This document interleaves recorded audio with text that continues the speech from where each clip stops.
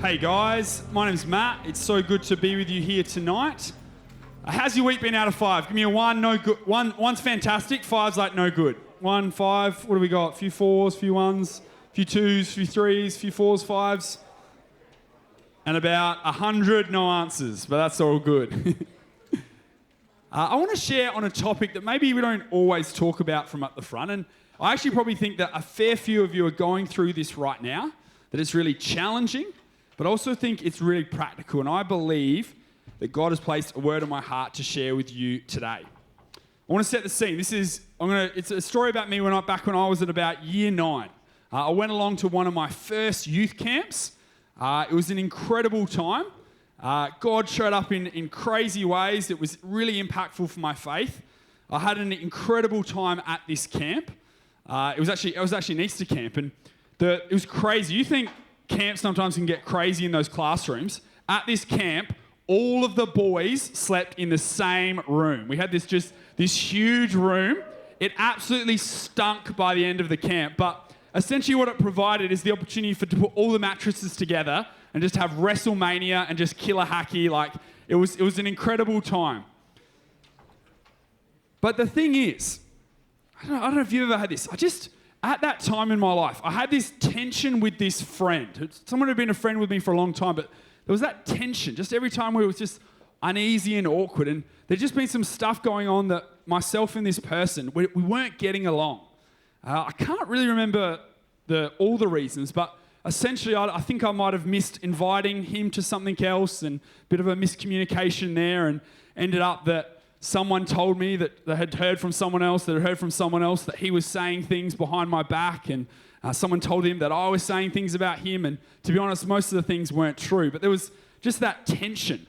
And so it came to camp, and little year 9 Matt was a little bit fiery and a little bit competitive, and so we were playing a little bit of killer hacky, and all of a sudden this person and we weren't really getting along, talking that well, and all of a sudden something happened, pushed someone, and we went from wrestling to then pretty much having a full-on brawl, just me and him. People thought we were joking, and then we were not joking at all. And 2 friends had to pull us apart, and we started saying some choice words at each other that I'm probably not proud of, and ended up that we both had to sleep in separate rooms. They got taken out to some other random room, and it really soured my although I had an incredible experience at camp, it soured this thing because of this conflict that I was having with someone else. The crazy thing is I was on a church camp. I was surrounded by Christians. God was doing some incredible things, but still conflict was present. The thing is, I believe that conflict is a part of life, whether it's in dysfunctional relationships, but also we see it all throughout every relationship, in friendships, in families, in communities. So that's what I want to talk about tonight, because we all have different tendencies with conflict. Some of us are like, if I hear something, I want to say it, I speak it out loud. Like, it's not a family gathering unless someone is yelling at someone else. Or you're around the kitchen table, you're like, opinions are just flying around, you're yelling at each other. And some families are very different. And if they were to go along to that, maybe you'd be freaked out. It's more of like, if there's conflict, we do not talk about it. We grin, we smile, we don't talk about it, we move on to the next subject. We sweep it under the rug. The thing is, no matter our tendency, I think there's some different traps that we fall into with conflict. As I said with that first one, we ignore, we sweep it under the rug. The thing is, we interact with this person, but we pretend that there isn't conflict. And we simply leave it to the other person to take that first step. But often this results in us consciously or unconsciously, we start to resent this person. And it just builds up and builds up. And then all of a sudden, they do this one little thing that annoys us, and we start blowing up at them. And they're like, what's going on? Why? It's only a little thing. And they don't even realize that you've got this huge resentment to them, that there's this conflict. Another one is to whinge and gossip. Instead of dealing with the conflict directly, instead of me talking to Beck because we've got beef, I end up and going to Josh and going, far out, Beck is annoying, seriously. The way that she introduced me before, I don't know what she was saying. And I start talking about her behind her back. We all know how that sort of ends up happening. Eventually, maybe Josh will share that with Hamish, who then shares it with Jenna, who then it gets back to Beck, and all of a sudden we're having this greater conflict. Unfortunately, things get out of hand, especially when it comes to social media. You've probably seen it before, whether it's in a group chat or something else. There's just issues in that space. There ends up someone saying something about someone and it becomes a huge deal. Another response we can have is just to completely cut the relationship off. Someone harms me, someone wrongs me, they're dead to me. I'm just going to ghost them. They're no longer part of my life. The thing with this is it's hard to have long-term relationships because we're always going to have someone in your life is always going to let you down or cause conflict. So if we don't know how to deal with it, we're not going to have strong and deep relationships in our lives. And unfortunately, there's a bunch of adults in our world, probably a bunch of adults that you know that aren't able to have deep relationships because they do this. Last one is they get revenge. Someone does something to you, so you go, you know what, I need to get them back. I need to take it to the next level. I need to escalate it. Whether it's maybe spreading a rumor about someone else, or for guys, especially with uncontrolled emotion, it results in violence. And on the footy field, someone gives you an unfair hit, so then you give them a whack back and you get a red card or you get suspended. And unfortunately, that builds. And then we see that in the world where people are coward punching people, putting them in hospital, going to jail. I think there's a better way to deal with conflict that doesn't result in hurt, consequences, and unreconciled relationships. I think the question is how can we deal with conflict well? And if you're a Christian, how does Jesus call us to respond to the conflict that we face in our lives? I think we can learn a lot from what Jesus said and how the early church approached it. I want to read you some of Jesus' words from Matthew 18, 15 to 20. It says, if your brother or sister, not talking about brother or sister, but your fellow believers, sins, go and point out their fault, just between the two of you. If they listen to you, you have won them over. But if they will not listen, take one or two others along, so that every matter may be established by the testimony of 2 or 3 witnesses. If they still refuse to listen, tell it to the church. And if they refuse to listen even to the church, treat them as you would a pagan or a tax collector. Truly I tell you, whatever you bind on earth will be bound in heaven, and whatever you loose on earth will be loosed in heaven. Again, truly I tell you that if 2 of you on earth agree about anything you ask for, it will be done for them by my Father in heaven. For where 2 or 3 are gathered in my name, there am I with them. Jesus shares a fair bit about how to deal with conflict in this passage.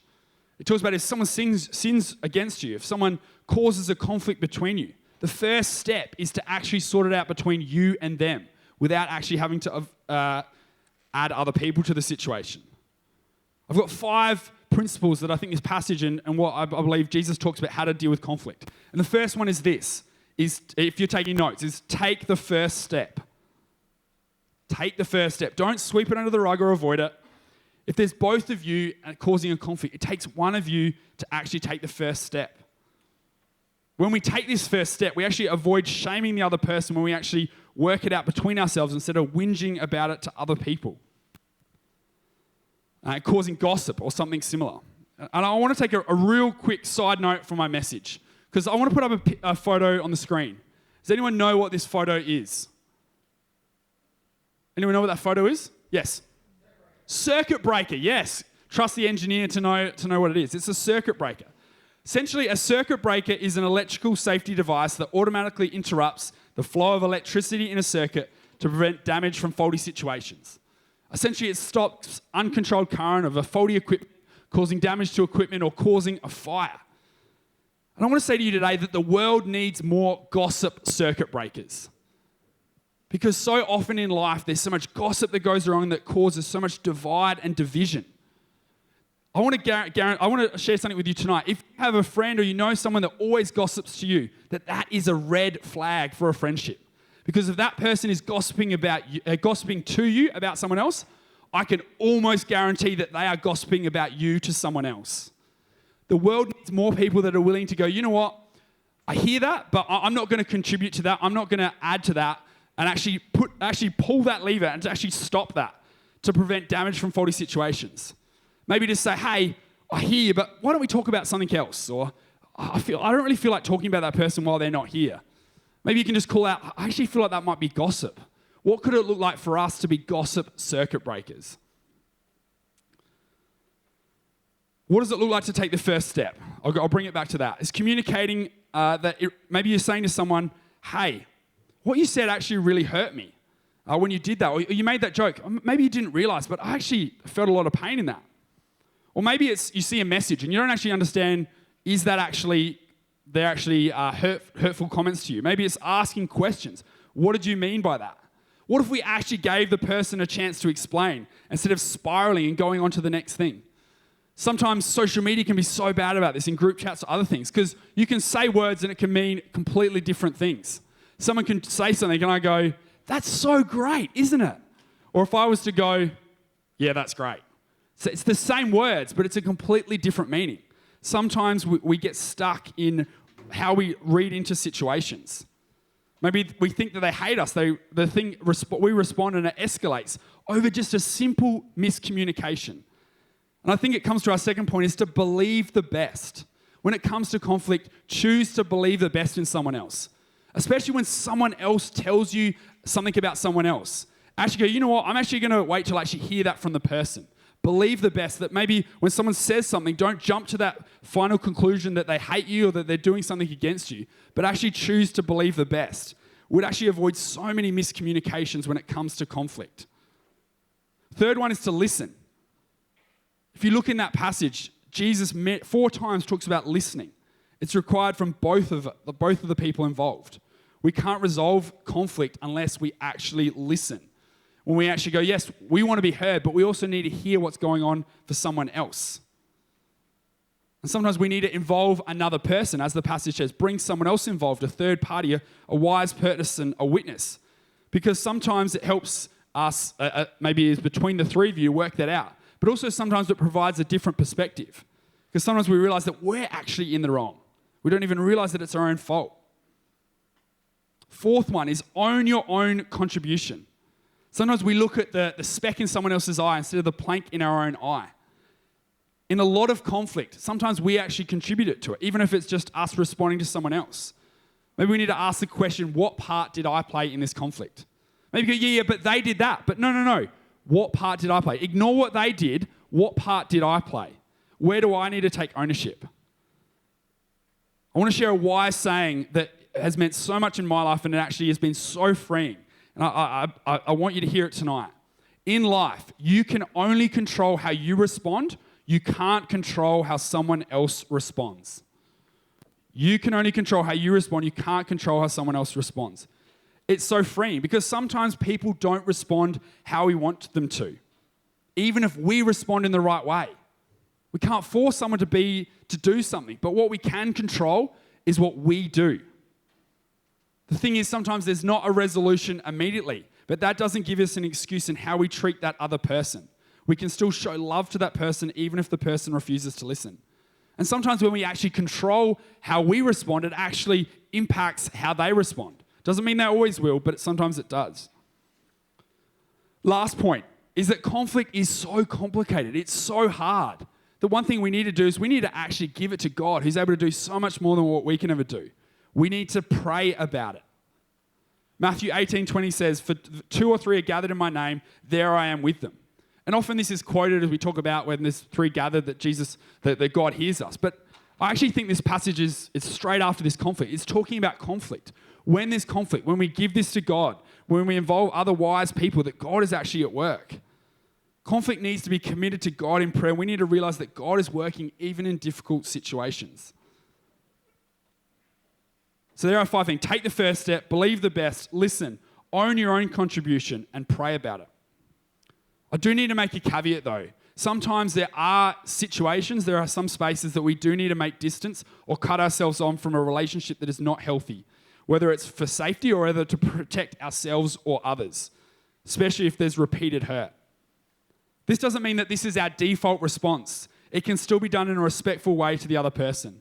You can forgive someone and not let that consume you while still protecting yourself and others. The thing is conflict is hard. It's a hard thing to deal with in life, but we're going to deal with it. So how can we respond? How does Jesus call us to do it? And I think it can actually result in so much great fruit for us and others when we choose to follow how Jesus calls us to respond. Coming back to that story about myself and my friend. So for the rest of camp, to be honest, it was completely awkward.